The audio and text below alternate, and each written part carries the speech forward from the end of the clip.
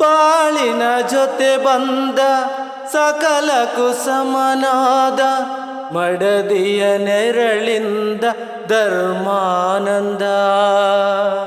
ಹೃದಯದ ನೋವನ್ನು ಪ್ರೀತಿಯ ಸುದೆ ಮಾಡಿ ನಾಲ್ವರ ನಗಿಸುವುದೇ ಮನುಜಾನಂದ. ಬೆಲ್ಲದ ಕಣದೊಳಗೆ ಬೇವಿನ ಎಲೆ ಇರುವ,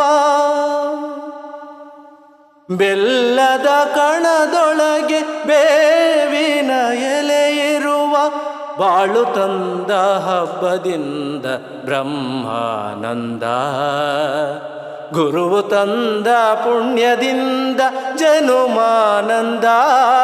ನಿಸರಿ ಸರಿಗ ಮಮರಿಸ ನಿಸರಿಸ ಧನಿ ಪಮಗ ಮರಿಸ ಆನಂದ ಪರಮಾನಂದ.